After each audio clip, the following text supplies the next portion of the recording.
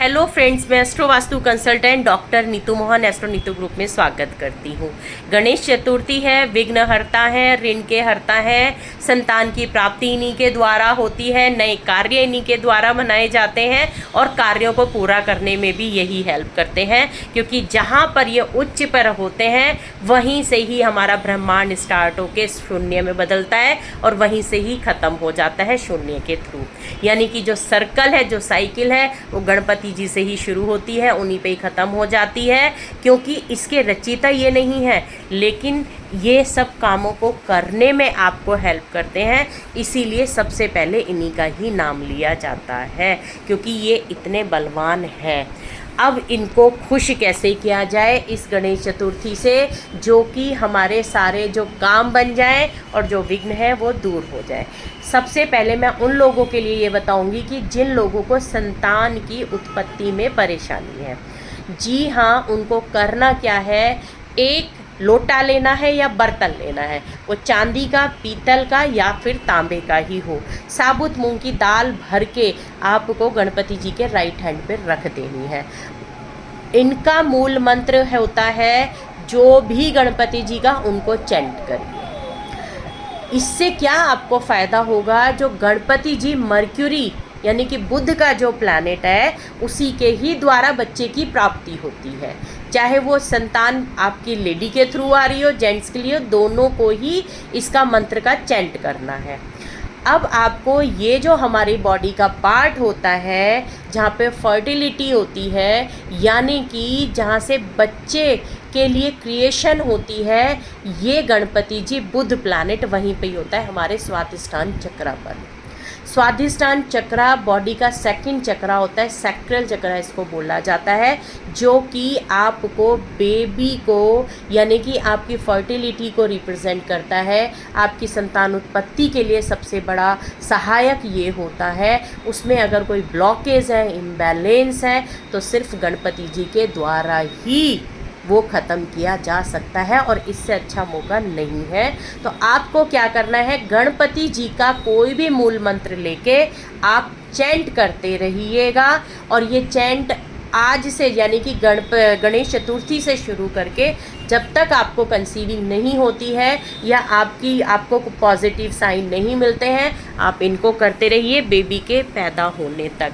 आपको देखिएगा इसका रिज़ल्ट 100% मिलता है, क्योंकि हमारे जो, अगर मैं एस्ट्रोलॉजिकली बताऊं तो जो हमारे 2 साइन होते हैं बुध के, 3 और 6, यानी कि 3rd हाउस या 3rd साइन, 6th हाउस या 6th साइन, दोनों बुध के होते हैं और दोनों बच्चे की प्रेगनेंसी में हेल्प करते हैं। बच्चे का यही एक प्लैनेट है, तो बच्चे से रिलेटेड तो यहाँ पे सारी परेशानियाँ दूर हो जाएंगी।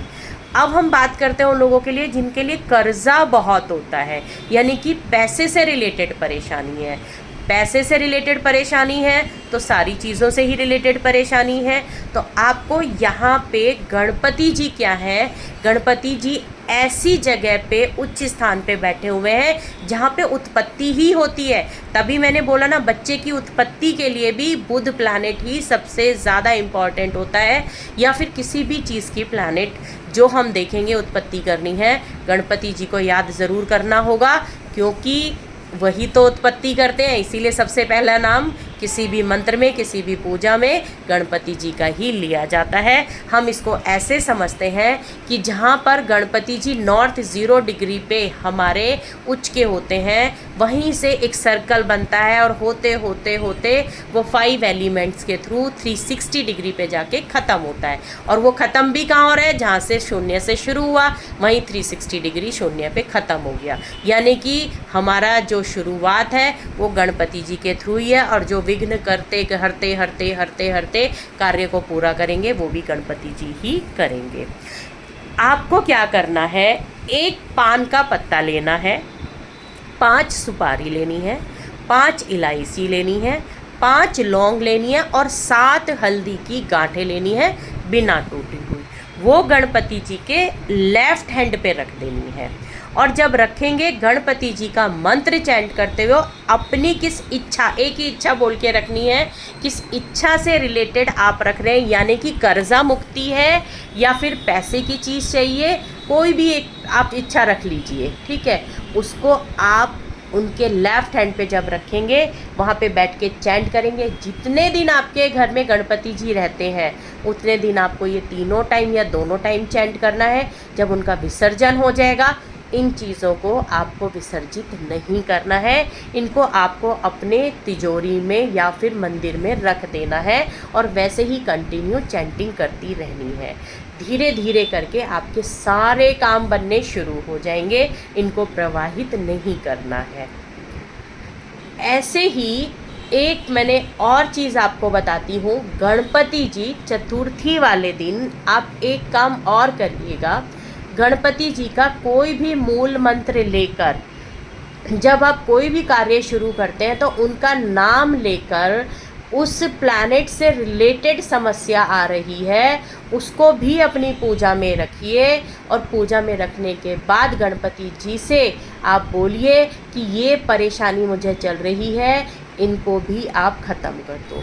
ऐसा नहीं है तो नॉर्थ ईस्ट में अपने घर के आपको क्या करना है, नवग्रह की स्थापना कर देनी है।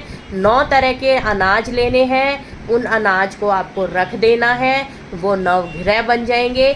हर एक ग्रह का एक अनाज होता है। यानी कि अगर आपको मूंग की दाल रखनी है तो बुध का हो गया, अगर काली उड़द रखनी है तो वो शनि के हो गए, काले तिल और सफ़ेद तिल राहु केतु हो गए। चंद्रमा आपके कौन हो गए, आपके जो चावल होते हैं साबुत वो चंद्रमा हो गए। गेहूं आपके सूर्य देवता हो गए। लाल दाल या गुड़ आपके रिप्रेजेंट करते हैं मंगल देवता को। और जो हल्दी हो गई वो आपकी पीली हल्दी या पीली चने की दाल, ये हो गई बृहस्पति देव। इनको आप नॉर्थ ईस्ट में या अपने मंदिर पे 9 जगह रखिए और उनकी डेली पूजा करिए जब तक आपके घर में गणपति जी हैं। छोटे छोटे से उपाय करने से सारे विघ्न दूर हो जाते हैं। और जैसे जैसे फेस्टिवल्स आते हैं मैं अपनी वीडियो डालती हूँ और कहती हूँ अगर आप ये भी उसी दिन करते रहेंगे ना तो भी आपकी लाइफ की सारी परेशानियाँ दूर हो जाएंगी। एक चीज़ और बोलूँगी, गणपति जी की पूजा में कोई भी गलत काम नहीं करिएगा क्योंकि गणपति जी मल्टीपल चीज़ें भी देते हैं। अगर आपने एक गलत काम कराना तो वो एक नहीं रहेगा, वो 5 टाइम 3 टाइम जाके ही ख़त्म होगा। एक काम अच्छा करा, एक काम पॉजिटिव करा तो वो भी आपको पॉजिटिव रिजल्ट देगा 3 टाइम और 5 टाइम पर। तो कोई भी गलती नहीं करनी है। सीधे स्वभाव में कोई चीज़ नहीं आ रही है तो उसको वैसे ही करके गणपति जी की चैंट करके उसको याद करके छोड़ दीजिए। गलत काम नहीं करिएगा। मल्टीपल चीज़ें गलत होती हैं तो बहुत परेशानी होती है, अच्छी होती हैं तो बहुत खुशी होती है।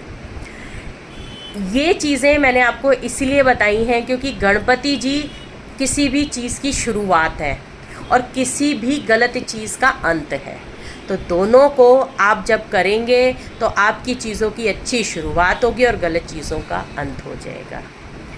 जय माता दी। इसी के साथ ये वीडियो मैं यहीं समाप्त करती हूँ।